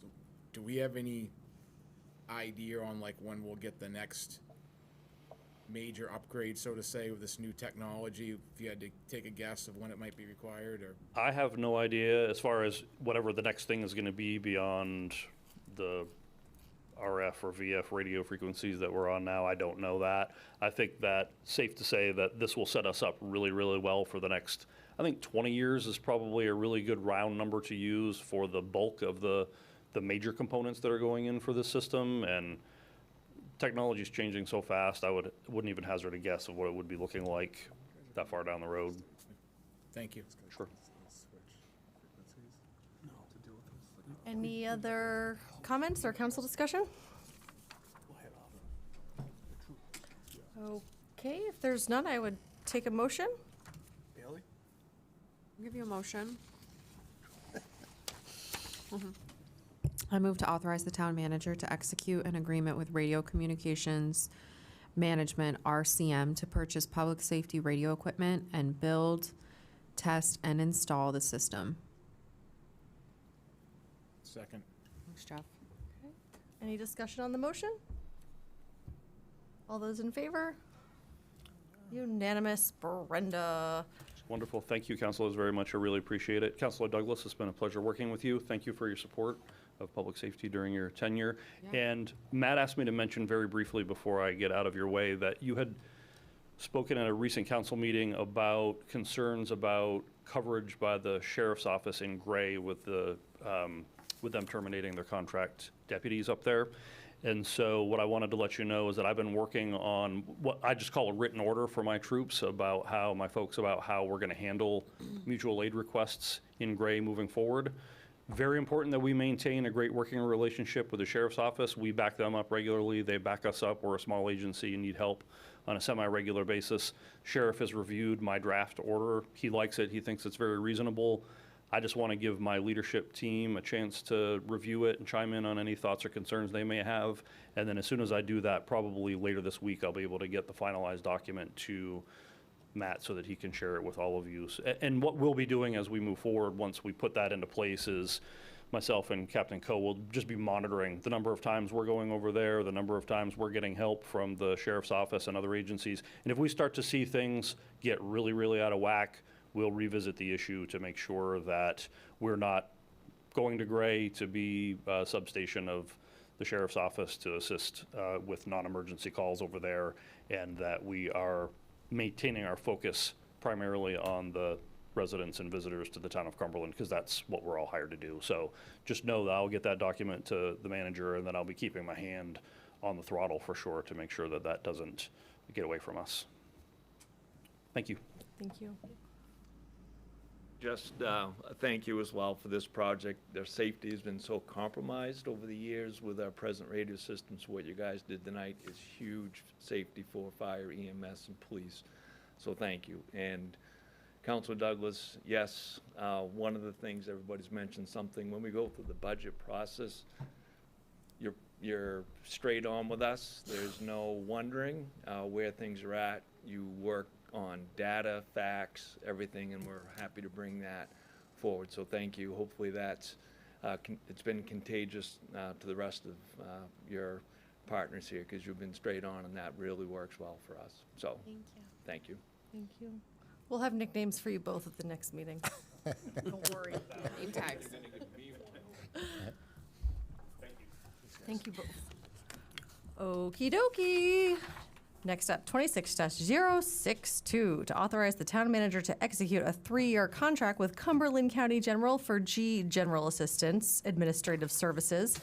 Our darling Councilor Thorson noticed a couple of clerical errors, which I believe have since been remedied from our last meeting.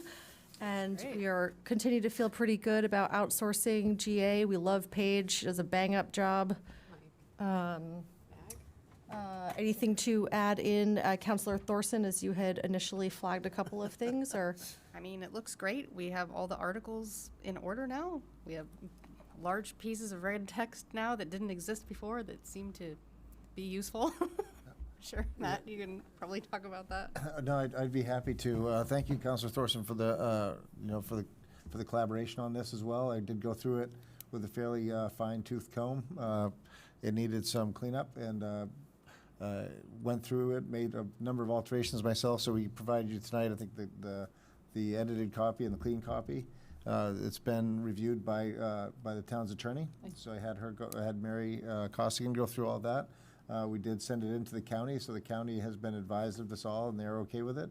The one change that they came back with, we had one little item snuck by me that the town's attorneys put in there, and it was one of the later ones, and she changed it to where I had put it to they, he, her, or they, or he, she, or they, and she'd put in his, and I was like, that snuck by me. County manager said, well, it's inconsistent with the rest of it, so we changed that back, and so that's the only other item that we had there. But they're good to go with this. We're good to go with it.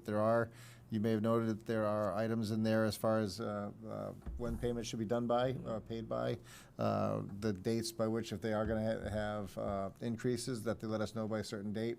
If we want to bail out, we need to let them know by a certain date, as well as other areas regarding pricing that needed to be tightened up. So we've gone and done that, and I'm happy to recommend this, bring this forward to council tonight so you can take it off the table and hopefully take action on it, and Paige will be here on Thursday.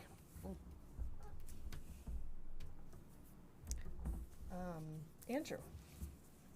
This is extremely nitpicky, but can we change the formatting a little bit so the last page isn't just the date and I nothing tried else? that so hard. I was playing around, and I will try to do it. I was working on it's these Prayers to you. I'll it's be these praying little for you. paragraph things in between. I kept deleting them here and there.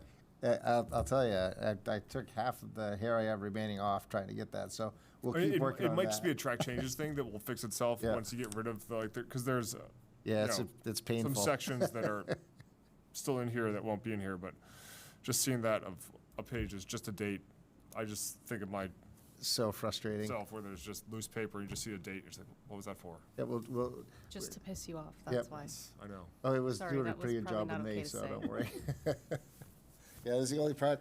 The only part that I played with that thing for far too long trying to get that line to come up on one page. So we'll give it another shot, but but it won't change the context of the doc. So And with all the redlining stuff. yeah, Yeah. That's my hope. I think it'll compress it down. I had a comment, which is, I remember chit-chatting with Paige in the kitchen of Town Hall during the government shutdown, and she had mentioned that her phone was ringing off the hook because so many people needed access to services. And I think this is, hopefully we're not going to be in that situation again, but I think this is just another layer of kind of stability, security that we have for our residents. And I think that the privacy element is really excellent, and I think something that makes people feel really good. So, big thank you. Any other comments? No. Oh, I'm so sorry. If anyone from the public would like to comment on this. Okay, Ms. Daigle, we'll give you a pass. I take a motion if there is one. I'll give you a motion. Okay. I move to authorize the town manager to execute a 3-year contract with Cumberland County for General Assistance Administrative Services. I'll give you a second. Any discussion on the motion?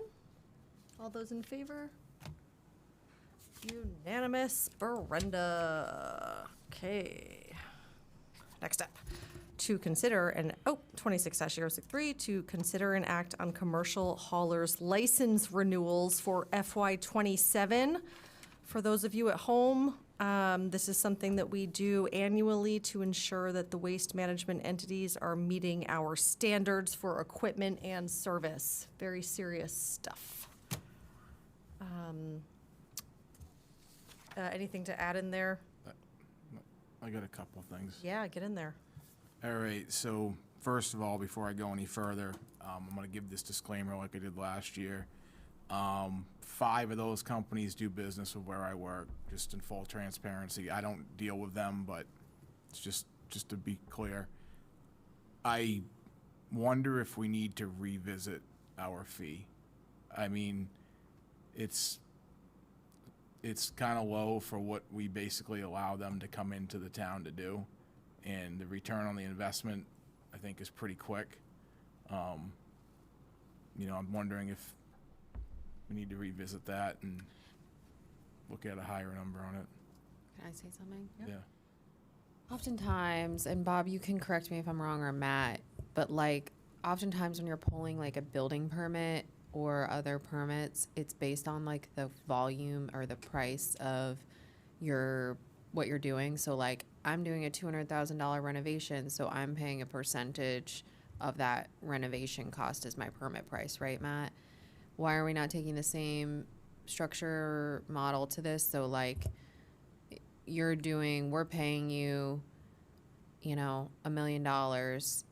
Your permit price should be a percentage of that business, if that makes sense. I don't know. Just a thought. Especially if they're making bank, taking recycling away and whatnot, as opposed to someone taking away your compost to make some compost. Oh, they're doing just right. It's fine at $78 a yard. They're making It's they're making free if bank you too. subscribe to their service, but just saying. Yeah. So I sort of have a similar question, but it would tie on to yours, Jeff, of how do we enforce this? How do we know that we're capturing everybody? Because there are definitely companies that have TV advertising all over that are not on this list that definitely haul away stuff in Cumberland. Like 1-800 got junk? Probably them, the dump guy. Everything like, with dump in it or Yeah. junk or and runners. you know they're more than whatever the Dozens. 7, you know, that we have on here or so. So how do we make sure that we're not penalizing the people that are following the rules to the detriment, to their detriment, whereas those that aren't following the rules and aren't paying the fee are just, you know, coming in and making even more money, you know, than the ones that are doing the right thing. Yeah. Ultimately, I think if you find that someone is operating in there, the police could cite them or let them know, or the code enforcement officer could do that as well. There's just a way. A lot of that's just catch as catch can. If they came into town, we found that they didn't, we'd probably have a conversation with them and say, you know, we do have that in town. If you want to do that, you need to come in and you need to apply for a commercial hauler's license. And it's not one that I don't think they're out there searching for on a day-to-day basis. But if they did find that someone was, and you'd say, okay, if you are going to do this in this town, you are going to have to apply. So I think they'll catch them as they can if they do it. As far as the fees go, I think that's, you see them all over the place. As far as, you know, some towns will charge more, some towns will charge less. So council sets that rate. So if you want to take, you know, there may be something to take a look at as we go into the summer, and I think probably it might be a useful exercise to look at our surrounding peer communities and see what they charge, and I can report back to the council as to what that looks like, and then you can take a look at that in advance for next year and say, okay, we need to go from 100 to 1,000 or whatever that, or someplace in between. So we can take a look at that and do a survey and report back to council, and then you can make an informed decision going forward. But as far as the others, you know, most of these are folks who we've come across. They're probably the more consistent ones. Some of these are newer to me that I haven't seen, so I think as they do find them, they will reach out to them and say, if you are going to do it, you have to get on this list. So it's. See, I look at these companies a little different than, say, the dump guy, right? Like, they're going to bring in, and they're either doing curbside pickup or they're dropping a dumpster at somebody's house. Where I look at the junk guy, you know, the dump guy, and it's like, you call up and you say, I want you to clean out my garage, and it's kind of like a service, and they come do it. You know, where this is, you know, a revenue stream. Like, you look at the businesses around town and they got a continuous revenue. You know, maybe we just need to define it more along those lines, because the last thing we want to do is make it difficult for a citizen, where if the dump guy only comes to Cumberland once a year, yeah, I'll come, but, you know, you're automatically paying $100 more, for example. But then we can look at revisiting these fees as well for the companies that have the revenue coming in to do it. That's just my opinion, but. I think that's true, Councilor Mahalik, as well, that most of these are subscription services versus the one-timer, like the. Volume-based. Pardon? Sorry, volume-based. Yeah, volume-based, Yeah. where you might rent a dumpster for, you know, for a construction job. Although trailer trash is on there, but they have a fairly steady presence in town. So that's maybe a little bit different there. But a lot of them are more, one-offs versus, Reynolds and Son. All these that we have here generally are subscription-based, so they're on a weekly basis, so they've got a larger, like Councilor Vale has his commercial dumpster at his house, and others who might want to do that as a weekly service. But again, it may be functional or helpful to the council to come back with a survey and say, okay, this is what the cost can be. I mean, Casella took away curbside pickup of bulky item pickup. We can ding them with their fee. Just kidding. Now they're going to sue you because you said that. I'm definitely joking. Over to you.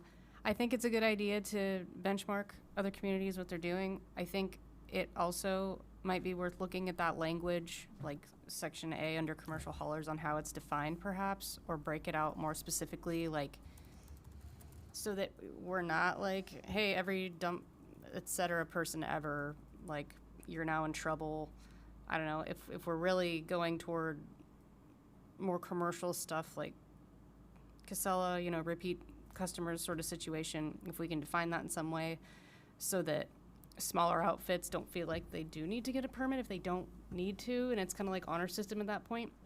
I feel like we should define who has to have it, who doesn't have to have it, so there's no gray area. Doesn't seem like anything's being harmed right now with the way it is. It's just, I don't like ambiguity. And there might be other people wondering, like, oh, do I need to do this or not? Do I count as commercial? Technically, I do haul, transport, collect, remove, dispose of garbage, blah, blah, blah. However, it won't apply below, like in section E, where it talks about like curbside and stuff like that. I think you just defined it right there. Like if you're dropping a dumpster or if you're doing curbside pickup, you need the license, and then that makes it pretty cut and dry about who needs it and who doesn't. Yeah. Based on my chat research, it says that other towns do per truck fees. So $100 to $400 per truck. It's not a bad revenue stream. I mean, because they're not paying, like Lucas Tree will be paying excise tax, right? Whereas none of these do, because they're not Cumberland based, right? Trailer trash. Trailer trash is. So Oh, trailer they're an trash. excise, yep. Sorry. Yep, Yes. they're an excise positive. Trailer trash. But a lot of it is, like, you'll notice in the definition that they have there, it's, you know, it's recyclable materials, rubbish, white goods, or other solid waste, and that's real, garbage and refuse. So you're looking at MSW, household solid waste versus, or municipal solid waste versus construction debris, which is a whole different area. So like the larger guys who are just, you know, if you're demoing a house or something along those lines, that's a different form of waste, and it's handled in a whole different manner. These guys are also going to these people are generally going to Eco Maine, so we can kind of watch that way too, because they need to know where they're coming from, because that tonnage needs to go towards our tonnage as well. So they manage it that way as well. So if if Casella is coming in with a truck, they say, well, this, you know, I have 100 tons today or whatever it is coming. This came from Cumberland, so I know this is, you know, it's a Monday, so they just ran the route here, and they're showing up and dumping there. So that goes to our tonnage as well. So that's part of our tipping fees that we pay at Eco Maine. So they keep an eye on that as well. Do they have a list of the people that we have haulers licenses for? Like if someone just goes and is like, hey, I got all this crap from Cumberland, and they didn't, are they cross-referencing who has a hauler's license? If you're They'll- actually registered there, how do they know it came from Cumberland? Yeah, they'll know. Oftentimes they'll. I mean, yeah, it's a funny bit of business Well, on that. sus. Just keeping them honest. Yeah. On that is pretty important, because you have others who they'll. I mean, like MWAC and Auburn may charge less on their tipping fees than they charge at Eco Maine. They get awfully sensitive about that, because that's revenue for Eco Maine, so they want to know where that's coming from. And if they're not showing up and they're not getting that tonnage, then they're going to say, well, where's it going? Because they know they've got a contract with the town to do it. And if some of that's spilling off to other, like to MWAC or something where they may not have to pay as much, so their net's better. Right. So if they're charging us, let's say $78 a ton for it, and they're going up there and they're selling it or they're paying them $58 a ton, they're making that gap difference, yeah. that $20. So they're very sensitive about that. So they want to make sure who it is, who's bringing it in, and how much they're going to have, because we also want to know, because we're getting billed for it. Right. And then we also have a responsibility for a certain volume that, as an owner community, that we want to make sure that we have going in there. And that includes our recycling as well. So all that kind of comes into play. But they watch it awfully closely. And these are the primary players. If you're going to have, occasionally you'll see that truck with the sides on it that's unmarked and someone's trying to establish a route.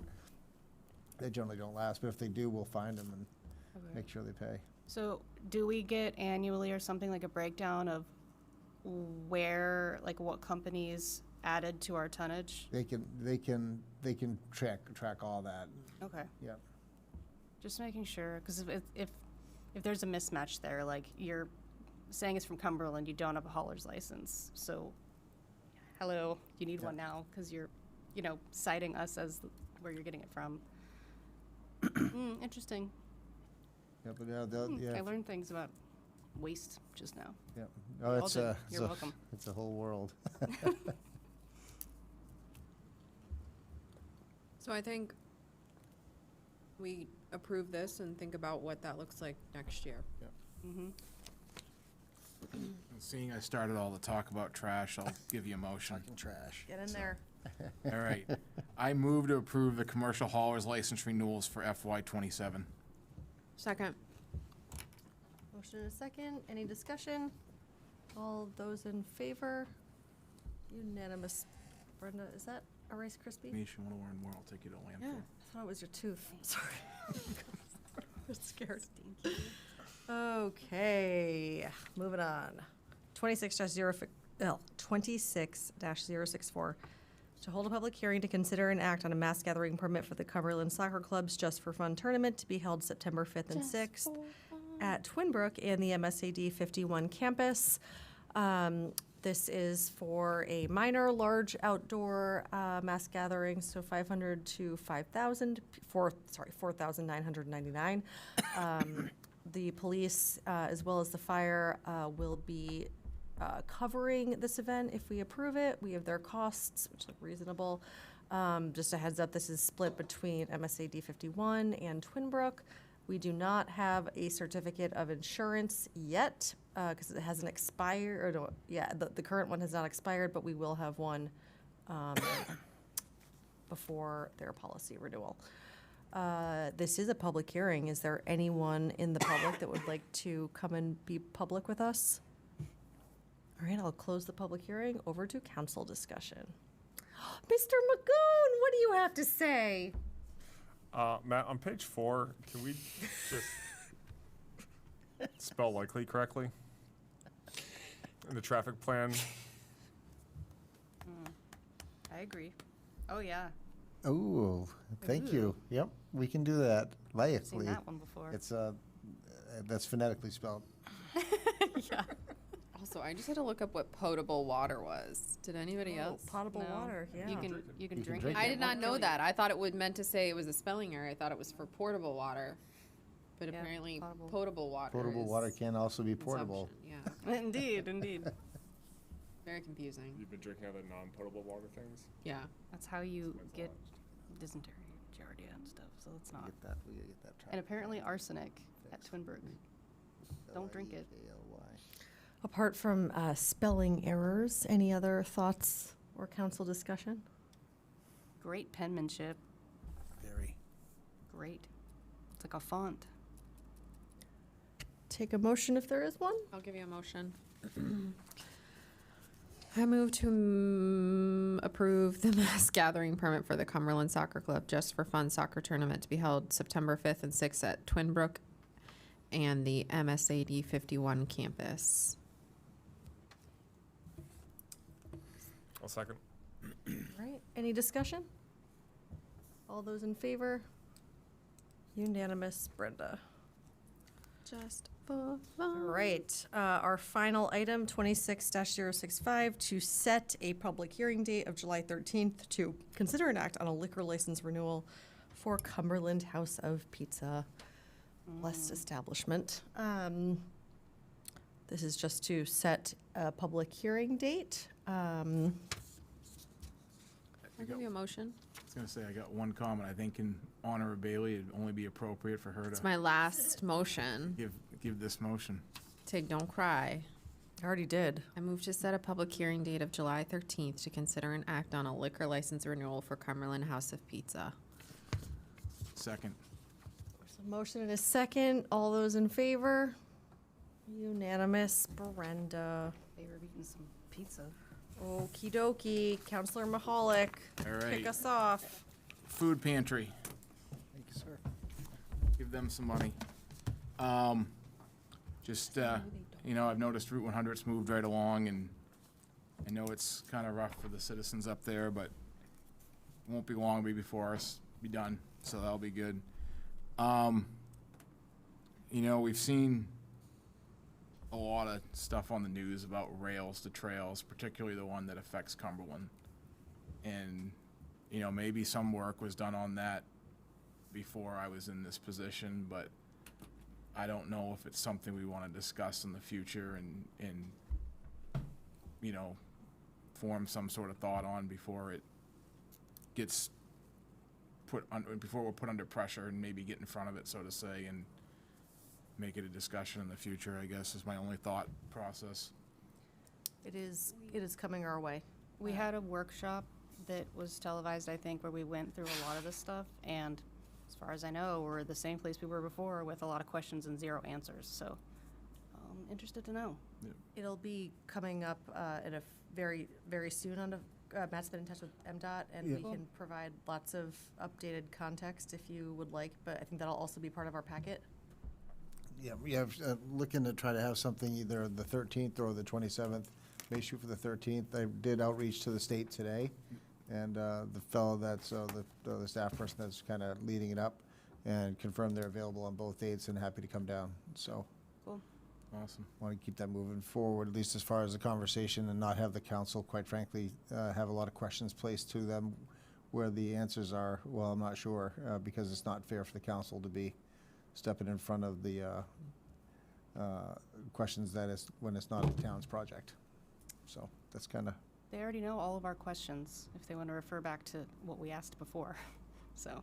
so it'll be good to have them there, and I Yeah. think they've seen them as well, so it's a question of saying, okay, need your help here to address the concerns of the abutters and make sure that those are met, as well as, part of it's, they want the town to be part of the preliminary design work on it, and they'd like to have us be a part of the match on it, and my concern is that, I know you want to have that, but you need to come here and explain to my council why you need this, and give us an update and talk to the abutters face-to-face right there and say, okay, if you've got a question, here's your answer. As well as there are, multiple supporters as well who would like to see it come to light or have the conversation too. So it's not fair to put the council in between that position. And just as your primary staff person, your health and well-being is fairly important to me. So Just barely. That's all I have for tonight. I have a few things. Thank you, DOT, for the four-way stop at Tuttle and Middle.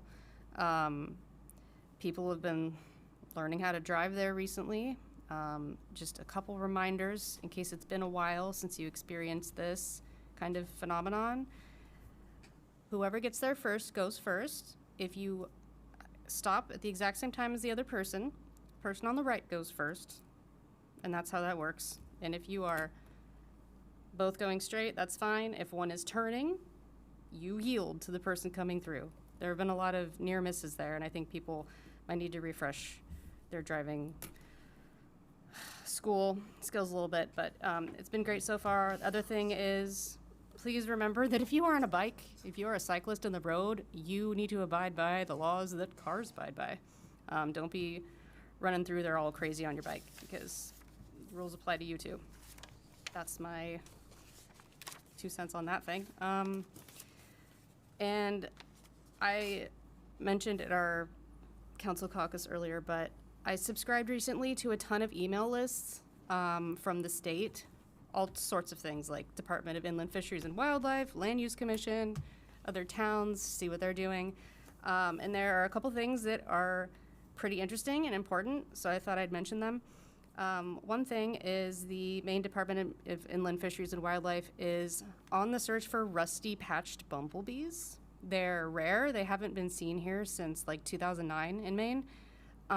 They are super rare. They have a huge decline in numbers since the 1990s, and it's an endangered species. Basically, it looks like a regular big fat bumblebee. On its like lower abdomen, it has one rust-colored stripe on it. There's another bumblebee that has org. Snap a photo of it, upload it there, and then experts will confirm whether or not that was actually a rusty patched bumblebee. And if you find it, congratulations, you're the first person to find it since 2009. So if that's motivation, use that. Because You can catch me. you could be famous. You could I'll be out famous. there looking for it. Additionally, from them as well, they're introducing something called Maine Nest Quest. You can find out more on maine.gov. Basically, swifts and swallows have a range of habitats across Maine, like rivers, wetlands, coastal areas, farmland, forests, and developed landscapes. They're busy raising young across Maine right now. They're also, though, having really steep population declines, one of the biggest of any bird group in North America. So basically, Maine NestQuest needs help from community scientists looking around. If you see a nest, they look like little pods with a hole in it up under eaves and on cliffs and stuff like that.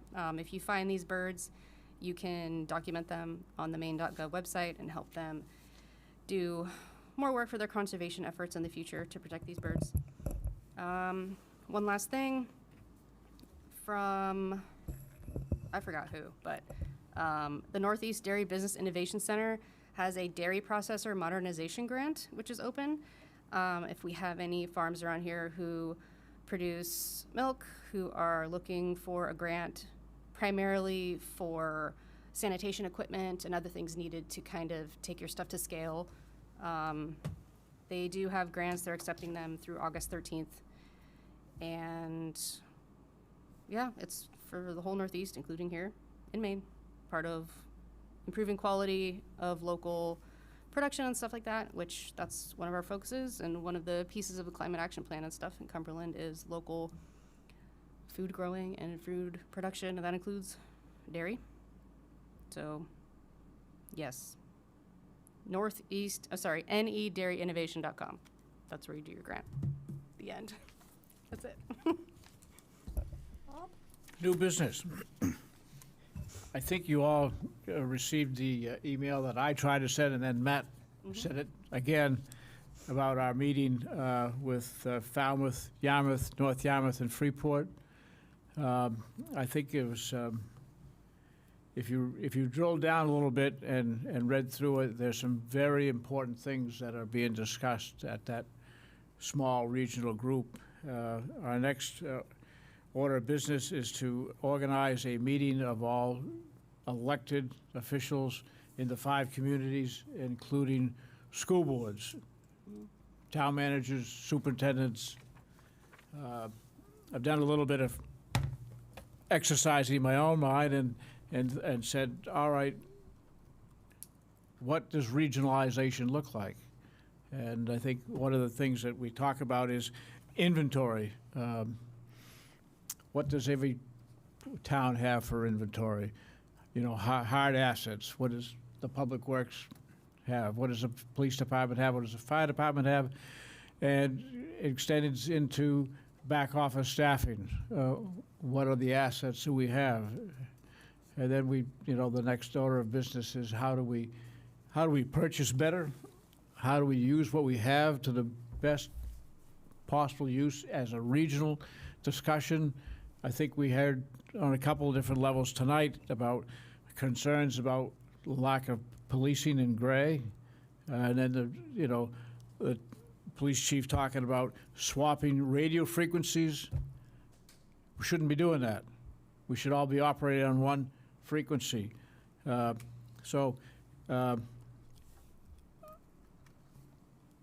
think we all have to spend some time giving this some serious consideration, because it's at the end of the day, we're going to have to ask ourselves the hard questions.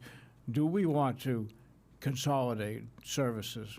Do we want to expand coverage with a greater number of partners, if you will? And it's some of those questions are going to be difficult to answer. Do we consolidate and have a single fire department? Do we consolidate and have a single police department? Do we buy purchase agreements with our surrounding communities? How do we gauge the schools to talk about collaboration? How do we unify teachers' contracts, public employee contracts, things that we see right now? We're all trying to hire the same individual, and take a paramedic. He works per diem for Old Orchard Beach today, and tomorrow he's down in Yarmouth. And so when we talk about spending our money wisely, how do we better operate? How do we do this better, more efficiently? And frankly, it's I think that the public is asking us to do this. They're not saying taxes are too low, raise my taxes. You know, we only have to look around surrounding communities and see that there's, frankly, some outrage at that. And, you know, we haven't seen it here, but, you know, I think we have to do due diligence, show that we have a commitment to spending our what little money we have, spending it wisely or spending it better. And I think that regionalization offers us an opportunity to show the public that there are other ways of doing things, and you know, at some point we're going to be asked to, you know, make a decision. Do we move forward, or are we content with doing things we have in the past? So, anyways, I hope you all read it. There was a lot of insightful comments there. The Freeport town manager did an excellent job of capturing what the pulse of the room was that day.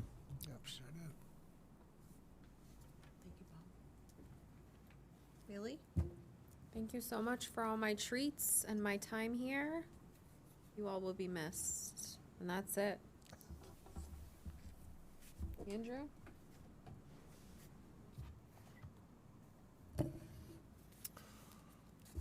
I just want to sort of acknowledge, you know, on Saturday we'll be celebrating 250 years of, you know, local rule, democracy, and all. And the heart of that, I think, is the people that have sat up here over the decades, the people that have sat out there or watched out there, have come up to talk over the decades, who have gotten involved in the local community, whether it's through elected office, through, you know, being a teacher, being involved in local organizations like Rotary Club, Lions Club, Elks, et cetera, or nonprofits or anything like that. But being involved in the local community really is, I think, the bedrock of what we've had over the last, you know, 2.5 centuries, and sort of everybody continuing to work towards